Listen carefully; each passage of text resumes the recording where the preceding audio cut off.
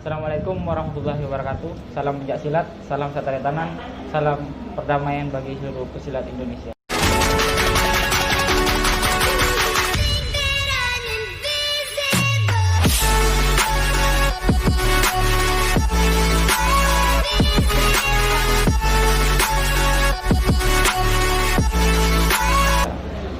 Saat ini saya bersama dengan pelatih di Persaudaraan Setia Hati Trate bersama Ibu Edi, khususnya juga selaku pembina UKM di Universitas Trunojoyo Madura, ya, di UKM Persaudaraan Setia Hati Trate. Selanjutnya mari kita berkenalan dengan beliaunya langsung sebagai narasumber kami di channel Tretan 91. Assalamualaikum warahmatullahi wabarakatuh. Sebelumnya saya ucapkan selamat datang dan terima kasih ya atas saya rasa ini adalah niatan baik untuk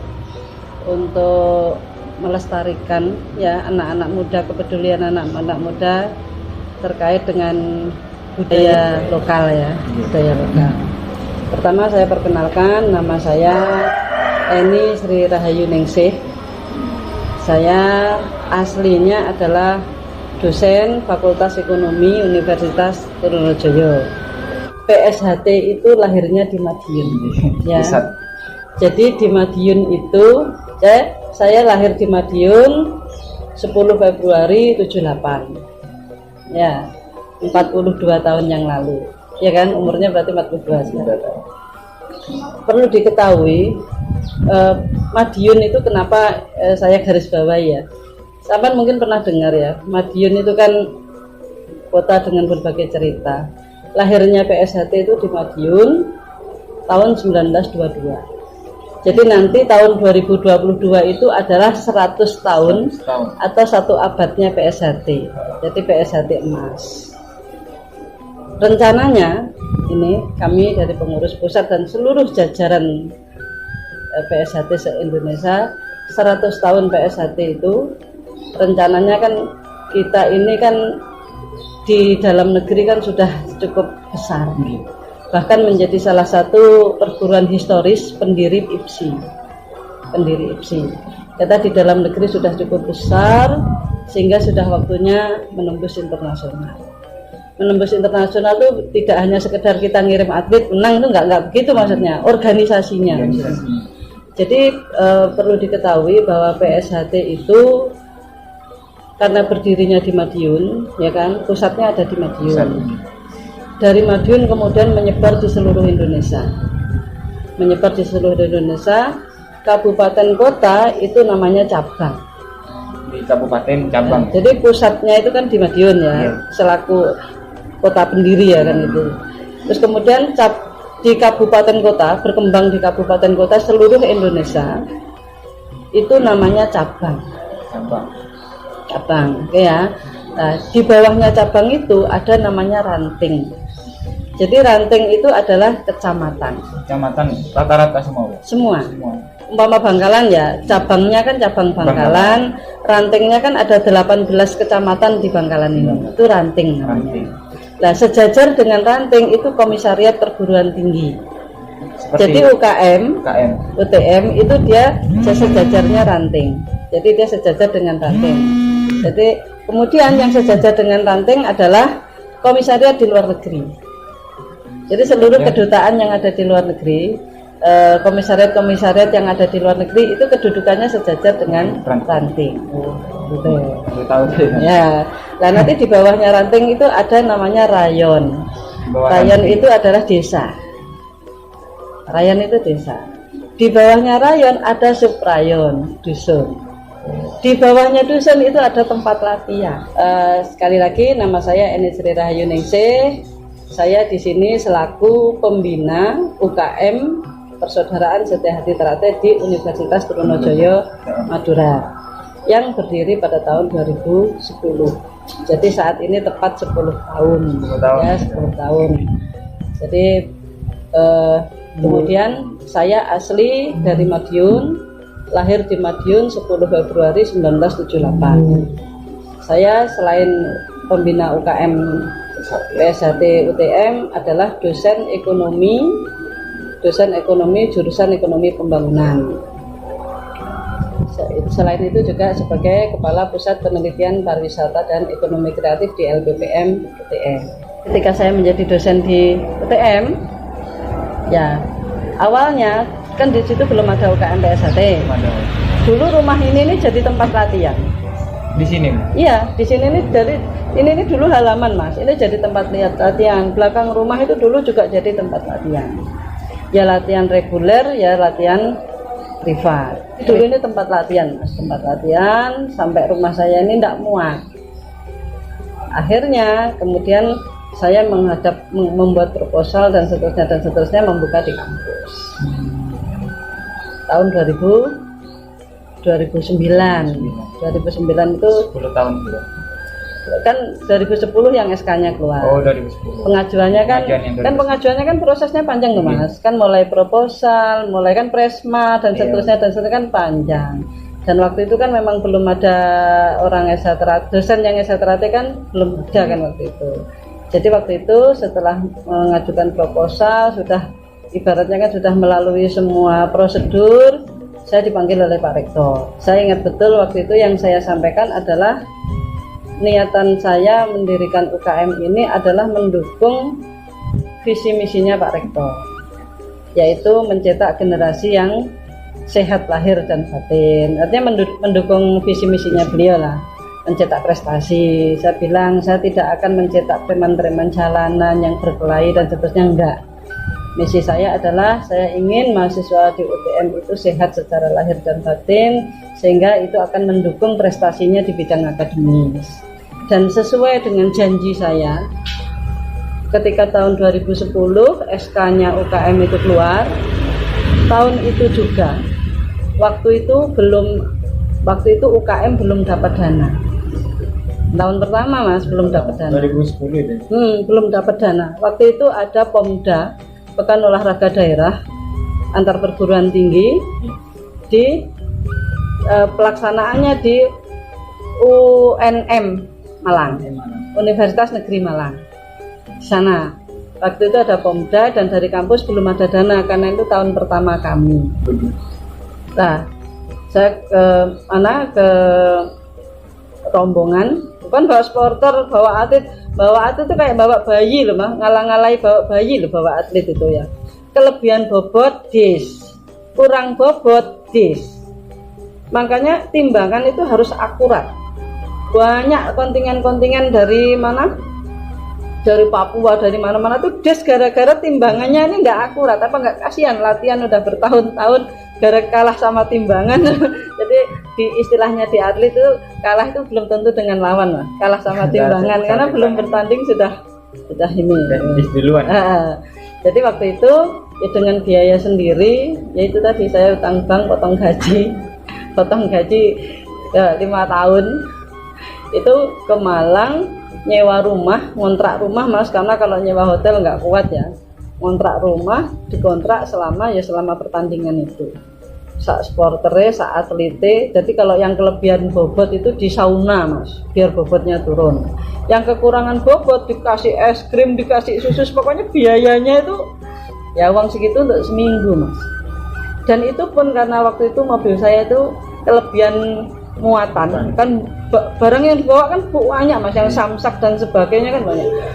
Ban mobil saya itu meledos 2 di tol. Di tol itu meledos 2 waktu itu. Wes ya, ceritanya tragis ya Pak. Perjuangan ya tragis. Dan ya namanya atlet itu ceritanya macam-macam. Nah waktu pertandingan itu saya tuh salah satu atlet saya perempuan, saya tuh jadi coachnya. Pas saya jadi coachnya itu atlet saya ini Mas, nggak tahu ya, kena gaib lah, gangguan gaib. Tiba-tiba di tengah pertandingan yang dia itu sebenarnya potensinya menang, tiba-tiba dia tuh nggak sadar, lehernya tuh katanya sih dia merasa dicekik. Saya bawa ke rumah sakit, macam-macam. Saya bayangkan seandainya itu bablas meninggal tuh gimana pertanggungjawaban saya sama orang tuanya. Terus pokoknya ngantar atlet itu ceritanya banyak, yes, materi non materi macam. Terus Nah, kemudian ya dengan perjuangan yang begitu rupa, akhirnya atlet kami mendapat medali emas, juara umum. Dapat medali emas, karena itu adalah Pomda yang pesertanya seluruh perguruan tinggi se-Jawa Timur ya. Waktu itu Rektor UTM mendapat ucapan selamat dari seluruh rektor di Jawa Timur. Sejak saat itulah kami setiap ada event difasilitasi oleh kampus. Jadi setelah kita juara itu, kemudian kan kita dapat fasilitas untuk dapat matras, jadi alat-alat yang kita punya itu dapatnya setelah kita memberikan prestasi. Jadi tunjukkan prestasinya dulu, baru kita dapat itu. Nah, setelah medali emas di Pomda, kemudian kan berangkat ke Pomnas. Kan yang emas di Pomda kan lanjutnya kan ke Pomnas. Nah, di Pomnas itu dapat perak, juara 2. Itu tahun pertama kami 2010 adalah mempersembahkan emas dan perak. Emas di tingkat provinsi dan perak di tingkat nasional. Setelah itu tahun berikutnya ikut kejuaraan internasional. Salah satu atlet kami itu semester 3 pertanian, asalnya dari Kangean. Ya, jadi atlet kami itu dia waktu itu belum jadi warga Esatrate, masih siswa. Atlet kami itu ngalahkan atletnya PON di luar juga. Jadi dia anak semester 3, dia masih siswa, itu ngalahkan atletnya PON Kalimantan waktu itu. Terus kita ikut menjadi 10 besar di kejuaraan dunia waktu itu. Karena ya prestasi di tahun pertama itu kita berhasil meyakinkan kepada rektor dan seluruh jajarannya bahwa kita ini berkomitmen dengan prestasi. Ya sejak itulah alhamdulillah sampai saat ini ya semua kegiatannya UKM difasilitasi oleh kampus. Artinya itu enggak sekedar hanya tapi menunjukkan prestasi betul itu. Jadi kita membawa nama baiknya UKM, UTM. Itu sejarahnya berdirinya UKM di UTM sampai hari ini yang ke-10. Dan ini Mas ya, ada hal penting yang ingin saya sampaikan, barangkali ini bermanfaat untuk UKM yang lain ya. UKM yang lain pertama adalah begini. Organisasi manapun di seluruh dunia ini, sebesar apapun, itu biasanya masalah utamanya adalah krisis kepemimpinan, regenerasi. Coba sampai cek, organisasi dimanapun sebesar apapun itu masalah utamanya adalah regenerasi pemimpin. Dia sukses membesarkan organisasi, tapi dia tidak sukses mendidik calon pemimpin baru. Ya, banyak kan gitu. Coba lihat. Biasanya besarnya organisasi itu tergantung dari nama besar seseorang, ya kan? Nama besar seseorang. Nah, begitu orang besar ini sudah tidak ada, organisasi ini, nah, itu yang karena saya punya pengalaman di banyak organisasi ya, jadi pengalaman saya berorganisasi di banyak tempat itu, kemudian itu saya terapkan di UKM, PS1. Pertama adalah biasanya organisasi itu ketika dia pemilihan pemimpin muswa itu ya. Muswa kalau di itu kan kadang semalaman sampai pagi gitu ya. Debat gak karu-karuan lah, otot-ototan, yes, pokoknya gesek sana gesek sini lah untuk melahirkan seorang pemimpin. Ya kan? Ya enggak? Di kampus kan begitu. Nah, itu yang saya rubah di Esatrate. Esatrate ini adalah organisasi pencaksilat yang semua orang tahulah pencaksilat itu akrab dengan kekerasan fisik gitu ya. Tapi justru kami ingin menunjukkan organisasi pencaksilat kami itu lebih menonjolkan akhlak dalam segala hal. Budi pekerti. Tanya orang-orang UTM BAK itu, sopan nggak pengurusnya UKM PS1 kepada siapa? Jadi itu yang jadi mereka harus sopan kepada siapapun. Saya melarang keras mereka berkelahi di jalanan. Kalau ada yang suka berkelahi, tak panggil, tak gelar nih matras, ayo sparingan sama temenmu, sekalian prestasi, tak jadikan atlet. Jadi nggak boleh berkelahi di jalanan. Kalau sampai dengar saya ada anggota PSHT berkelahi, kasih tahu saya, tak suruh ke sini. Saya sendiri yang akan menghukum.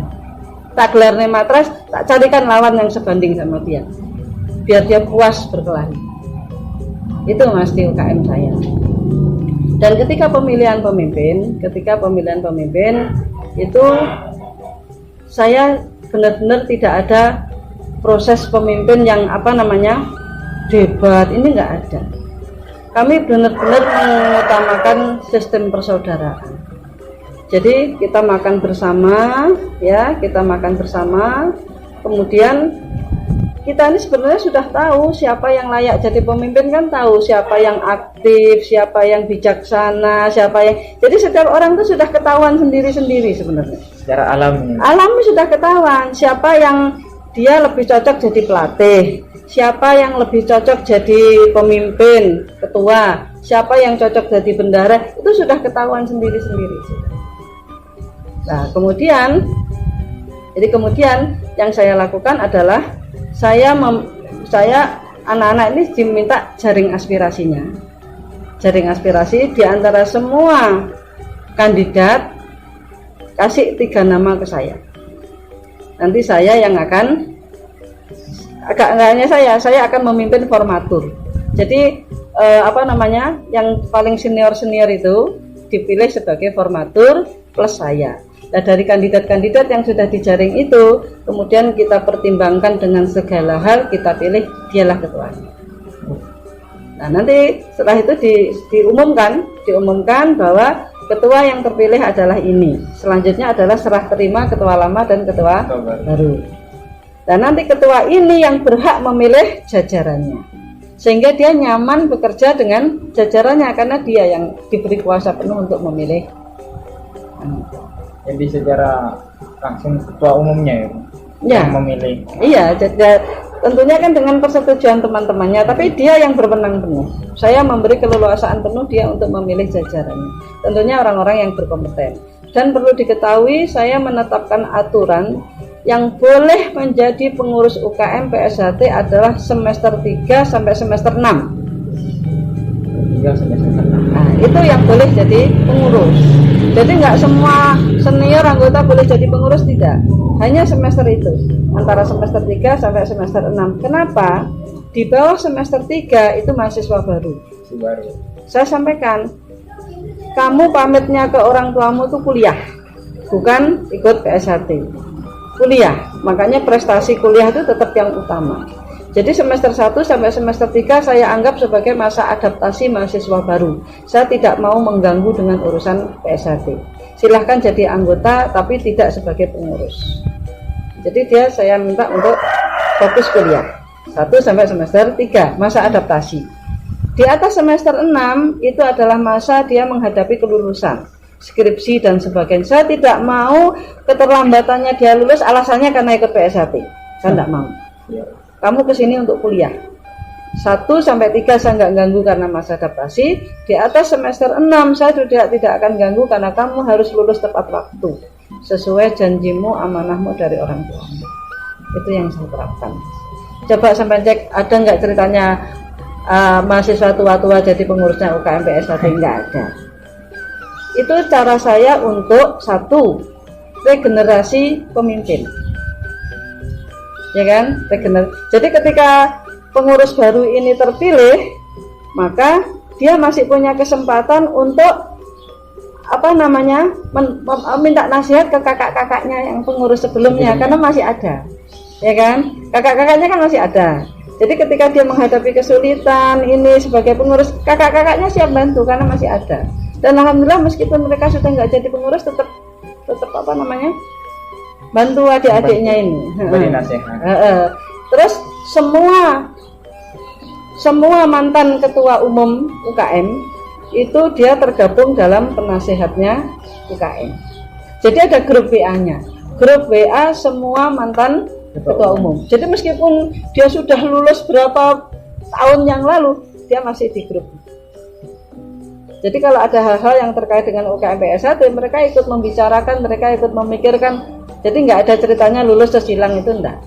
Jadi ada grup umum anggota, ada grup pengurus, ada grup seluruh mantan ketua.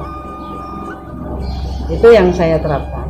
Dan yang saya terenyuh itu adalah ketika ada salah satu warga yang sudah lulus, itu anaknya sakit, butuh biaya untuk operasi dan itu mereka itu dengan sukarela itu sumbangan uang sampai terkumpul sekian juta, ya itu Mas, untuk bantu itu. Meskipun pada akhirnya meninggal ya, tapi kan kepeduliannya itu loh, itu terbentuk. Jadi persaudaraan itu bukan hanya omong kosong yang itu hanya sekedar pencak silat, tidak. Pencak silat itu kan hanya sarana untuk ya biar sehat, untuk berkumpul. Latihan itu kan biar untuk berkumpul gitu. Jadi itu yang saya lakukan untuk UKM PS1. Jadi saya tidak mau seperti UKM yang lain yang hilang terus sudah hanya ambisi jadi ketua, terus nanti ketua itu sampai lulusnya telat, tetap jadi ketua terus karena nggak ada generasinya. Jangan sampai seperti itu. Saya rasa itu. Jadi semoga yang saya sampaikan ini bermanfaat. Barangkali ada yang berminat untuk bergabung di Persaudaraan Setia Hati Trate, kami persilahkan dengan senang hati. Salam persaudaraan dari Persaudaraan Setia Hati Trate untuk semua perguruan pencak silat yang ada di seluruh Indonesia. Terima kasih. Assalamualaikum warahmatullahi wabarakatuh. Terima kasih teman-teman. Mungkin lain waktu kita bisa silaturahmi kembali Bu, untuk ngobrol santai dengan bertanya-tanya di perguruan PS1 di sini. Terima kasih. Assalamualaikum warahmatullahi wabarakatuh. Salam pencak silat, salam satu kanan, salam damai bagi seluruh pesilat Indonesia.